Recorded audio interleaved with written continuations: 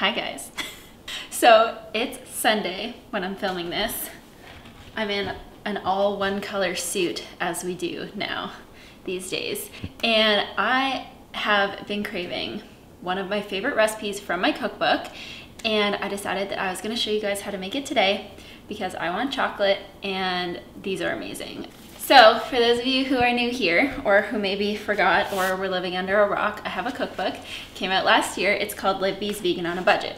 All the recipes are amazing, but one of my favorites is this chocolate raspberry mini cakes.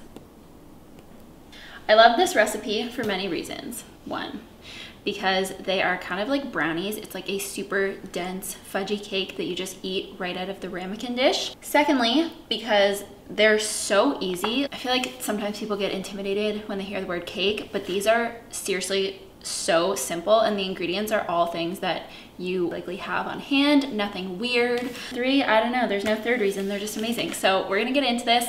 Make sure you grab a copy of my cookbook. It's usually linked in the description box below, or you can just go to my website. It's livebee.com/cookbook, or you can just go to Amazon directly. So let's get into the recipe.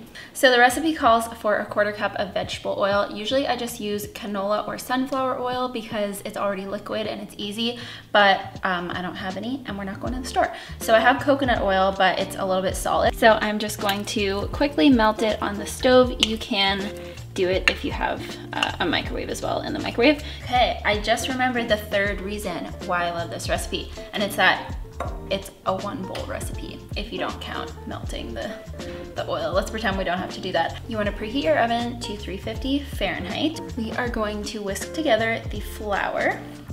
You can definitely use gluten-free flour if you want. It might not rise as much, but I would just recommend a gluten-free baking blend because that's something that's formulated specifically for baking to help it rise.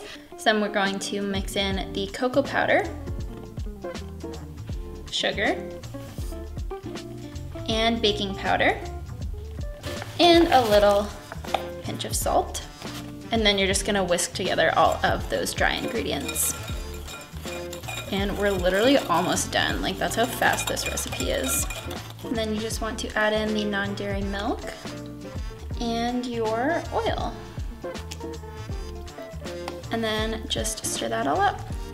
I like to use just a big wooden spoon for this.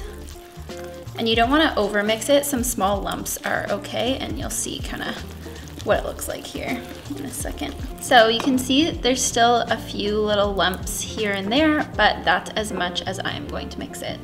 The recipe calls for using 4 6-ounce ramekins. I'm pretty sure these are closer to like 8 to 10, so I'm just gonna use 2. But if you have the kind of normal size, smaller ramekins, those are perfect. And these will take a little bit longer to cook than what the recipe says, so keep that in mind if you are using a bigger size. So we're just dividing it between the 2 ramekins, or multiple if you're using smaller ones. Your batter also might look a little bit more runny if you're using an oil that's not coconut oil, because coconut oil solidifies at room temperature, so it starts to kind of re-solidify when it mixes with the cold milk. So that's why mine looks a little bit thicker, but just keep that in mind if you're using a different oil. And just as best you can, smooth it into an even layer. You're supposed to stir these into the batter, and then they're inside the cake. I'm just gonna put some little chocolate chips on top. So I'm just gonna press them into the top. They'll look like little chocolate chip cakes, chocolate chip cuties.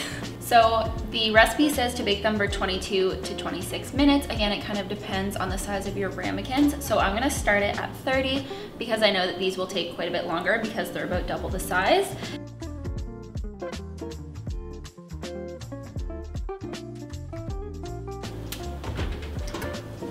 So these are in for about 38 minutes, and I'll show you how to check if they're done. So you just want to take a fork or a toothpick and stick it not into a chocolate chip, but just kind of into the cake. And if it comes out clean or with just like a couple crumbs, then they are good to go. And then you just want to let them cool here for a little bit because they're still going to be super hot.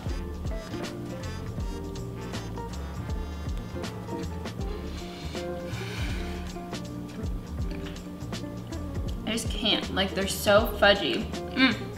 I literally always forget about this recipe when people ask what my favorite book recipe is, and I think this is like my favorite dessert recipe from the book. It's so good. If you want to serve them for guests or like anything fancy, in the book it says to dust some icing sugar on top, like some powdered sugar, and then put a couple raspberries with them. And it's just the perfect combo, but we don't really have a lot of fresh fruit lately, so I couldn't do that, but it's still good. So thank you guys so much for watching this video. I really hope you enjoyed this recipe.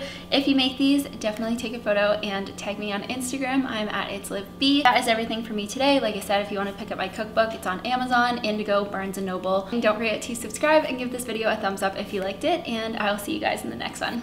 Bye!